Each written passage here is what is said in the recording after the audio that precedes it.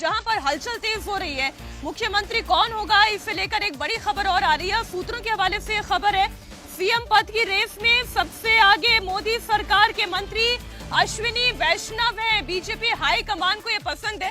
हालांकि जब भी इस तरीके से नाम फ्लोट होते हैं तब कई बार मन में सवाल आता है कि वाकई में यही होने वाला है या इससे अलग कोई पिक्चर नजर आएगी। लेकिन अभी जो हमें सूत्रों के हवाले से खबर मिल रही है वो आईएएस अधिकारी रह चुके हैं, उनके पास रेल मंत्रालय और आईटी मंत्रालय है।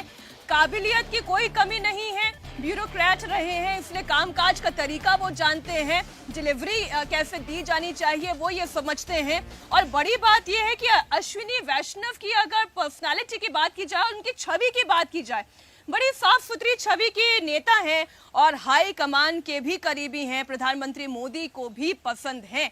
अब अगर पसंद नहीं होते तो मिनिस्टर बनाए नहीं जाते, ये बात तो तय है। पसंद थे तभी मिनिस्टर बनाए गए देवेंद्र, लेकिन मुख्यमंत्री के तौर पर उनके नाम का आगे होना, ये कितनी पॉसिबिलिटी है कि ये नाम फाइनल हो? देखिए, आगे पीछे की बात मीनाक्षी, हम लोग बार बार इस बात को कहते हैं कि समझा जा सकता है कि वो सिर्फ एक अंदाजा, एक अटकलबाजी और एक लाइकली कंडीशन में आप बात करते हो। तो उस कंडीशन की अगर बात करें तो अश्विनी वैष्णव के पूरे प्रोफाइल में आपको एक भी कमी नज़र नहीं आएगी।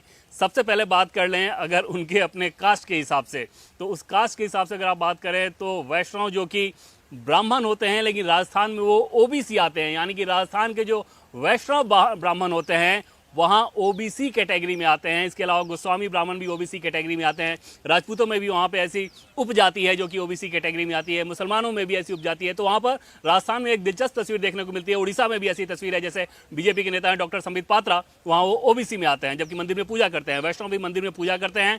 आबादी इनकी बहुत कम है, लेकिन कास्ट की बात मैं इस लिहाज से कह रहा हूँ कि राजस्थान एक कास्ट न्यूट्रल फेस अगर जाए वहाँ पे, तो वहाँ पर बीजेपी के लिए ज़्यादा मुफीद इस रूप में होगा कि कास्ट में रिएक्शन नहीं होगा। अगर आप राजपूत बिरादरी किसी व्यक्ति को बनाते हैं तो जाटों के अंदर बहुत बड़ा रिएक्शन होगा, दलित को बनाते हैं तो जाट और राजपूत दोनों के अंदर रिएक्शन हो सकता है। तो ऐसे संघर्ष के इक्वेशन वाले कंडीशन में समझा जा सकता है कि बीजेपी के लिए कास्ट न्यूट्रल फेस कितना इंपॉर्टेंट है। दूसरी चीज़ कि बेहद भरोसेमंद है पीएम मोदी और अमित शाह के।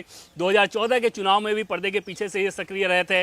इनका अपना प्रोफाइल, अगर तीसरी चीज़ अपने प्रोफाइल की अगर बात कर लें तो IITN IIM से पढ़े हुए, सिविल सर्विसेज कंप्लीट किए हुए, उड़ीसा कैडर के IAS ऑफिसर, उसमें उन्होंने अच्छी छाप छोड़ी थी। कॉर्पोरेट वर्ल्ड में भी टॉप पे रहे थे। तो कुल मिलाकर सर्वगुण संपन्न नेता जिसको कहते हैं ना, उस हिसाब से हैं। एक फ्रेश फेस है, जिस तरीके की राजस्थान की